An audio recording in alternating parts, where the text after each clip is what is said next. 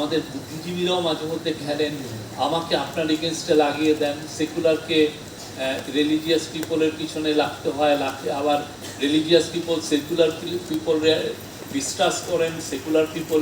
এই জায়গাগুলো আমার মনে হয় আমরা যদি একসাথে কাঁধে কাঁধ মিলিয়ে আমরা জুলাই যেহেতু আন্দোলন করেছি, আমার মনে হয় এই যে আশা ভরসার জায়গা যেটা ওই সময় তৈরি হয়েছে, সেইটার ব্যাপ্তি আমাদের পুরো সোসাইটিতে ছড়িয়ে পড়বে। আমরা টাচ করতে শিখব একে অপরকে। এই টাচটা খুব ইম্পর্টেন্ট। এই সোসাইটিতে এই টাচের জায়গাটা তৈরি করাটা খুবই খুবই ইম্পর্টেন্ট। এটা যদি আমরা তৈরি করতে পারি, এবং আমি মনে করি যে এটা তৈরি হচ্ছে অলরেডি। আপনি গত একটা বছর দেখেন যথেষ্ট উত্তেজনাকর কিছু কিছু ঘটনা ঘটেছে, কিন্তু দিনের শেষে আমরা কিন্তু আবার ঠিক হয়ে গেছি। আমরা একই বাংলাদেশি, একই সোসাইটির লোক। আমাদের মধ্যে বোঝাপড়ার মাঝে মধ্যে ডিসকাস তৈরি হয়েছে। সেই ডিসকাসটা আবার 2 দিন পরে চলে যেয়ে আবার আমরা ডিবেট করছি, আমরা ডায়ালগ করছি। আমি আপনার দোষত্রুটি ধরছি, আপনি আমার দোষত্রুটি ধরছেন, এবং এই দোষত্রুটি ধরার মূল কারণ হচ্ছে যে আমি আপনাকে শুধরাতে চাচ্ছি, আপনি আমাকে শুধরাতে চাচ্ছেন। এই শুধরানোর মাধ্যমে যে নতুন পথ তৈরি হচ্ছে, সেটাই নতুন বাংলাদেশ। সেই জায়গায় আমরা যেতে চাই, এবং আমি মনে করি এটা খুবই সম্ভব, খুবই সম্ভব। বাংলাদেশ এই সাউথ এশিয়ায় এটা বড় হবে, খুব বড় হবে। এবং এটার কতগুলো নমুনা আপনারা দেখেন। শ্রীলঙ্কা আপনি দেখেন 2009-এ ওরা একটা সিভিল ওয়ার জিতল। সিভিল ওয়ার জেতার পরে কি হয়েছে? হাজার হাজার মানুষকে খুন করা হয়েছে। ওই যে ট্রমা তৈরি হয়েছে, ওই ট্রমা থেকে শ্রীলঙ্কা আবার নতুন জায়গায় জার্নি করা খুবই টাফ।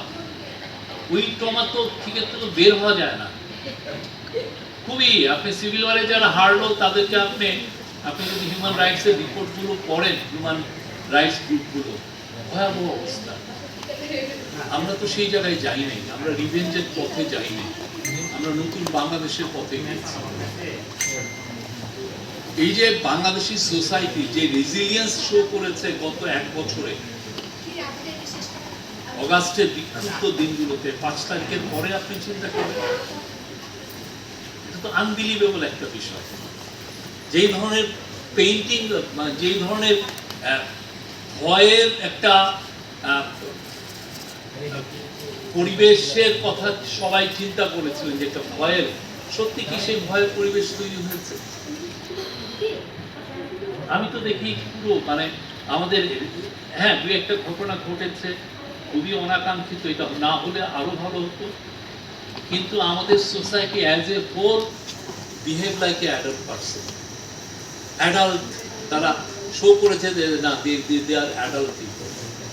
ইয়াং ছেলে মেয়েরা পথটা দেখিয়েছে কিভাবে তারা রাস্তায় দাঁড়িয়ে, পুলিশ নাই, তারা ট্রাফিকের ডিউটি দিয়েছে, থানার সামনে দাঁড়িয়েছে, দুর্গাপূজার সময় তারা মন্দির পাহারা দিয়েছে। এটা হচ্ছে নতুন বাংলাদেশে তারা কি চায়, কি হিসাবে সে যে বাংলাদেশকে পে লিস্টে করতে দিবে না, তার প্রতি পদে পদে সে আপনাকে শো করছে যে না এটা করো, ওইটা করো, এই জায়গাটা। এবং সে কিন্তু আপনাকে বলছে না, সে নিজে করিয়ে দেখাচ্ছে। সাথে আমি তো বলবো যে এই গোল্ডেন জেনারেশন, আমার বয়স আগামী মাসে 56 হবে, আরো কয়েক বছর বাঁচি জানি না, বাট আমি নিশ্চিত এই গোল্ডেন জেনারেশন বাংলাদেশকে একটা গোল্ডেন হাইটে নিয়ে যাবে। এটা একটা ব্রিলিয়ান্ট একটা জায়গায় আমরা যাব। পৃথিবীর জন্য আমরা একটা, সবার জন্য একটা কি বলবো, একটা এক্সাম্পল সেট করব সবার জন্য। বাংলাদেশে যেই বছরের পর বছর যেই সমস্ত অলিখিত জিনিস আমরা বলতেও ভয় পাই, সেই কাজগুলো আর হবে না। এখানে প্রত্যেকটা মেয়ে বড় হবে ফুল সেফটি অ্যান্ড সিকিউরিটিতে, প্রত্যেকটা মাইনরিটি বড় হবে ফুল সেফটি অ্যান্ড সিকিউরিটি। সবাই, কারো আমরা কোনো রিলিজিয়াস, তার কোনো সোশ্যাল কালচারাল রাইটকে আমরা ডিপ্রাইভ করবো না।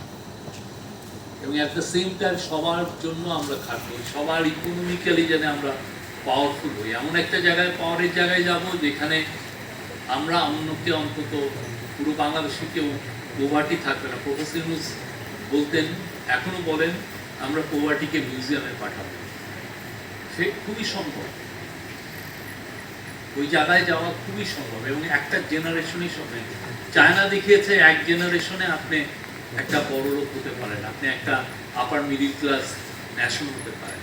একটা জেনারেশনে আপনি 80 কোটি লোককে আপনি পোভার্টি মুক্ত করতে পারেন। আর আমাদের কয় কোটি লোক এখন পোভার্টিগ্রস্ত, কয় কোটি, 4-5 কোটি। একে আমার পোভার্টি দূর করা কোনো বিষয় না। এই গোল্ডেন জেনারেশন যদি হাসিনাকে তার জায়গা থেকে সরাতে পারে, এই পোভার্টিকেও তার এখন যে জায়গা আছে সেই জায়গা থেকে সরাতে পারে, Bangladesh will be a free country, Bangladesh will be a free and national. Thank you.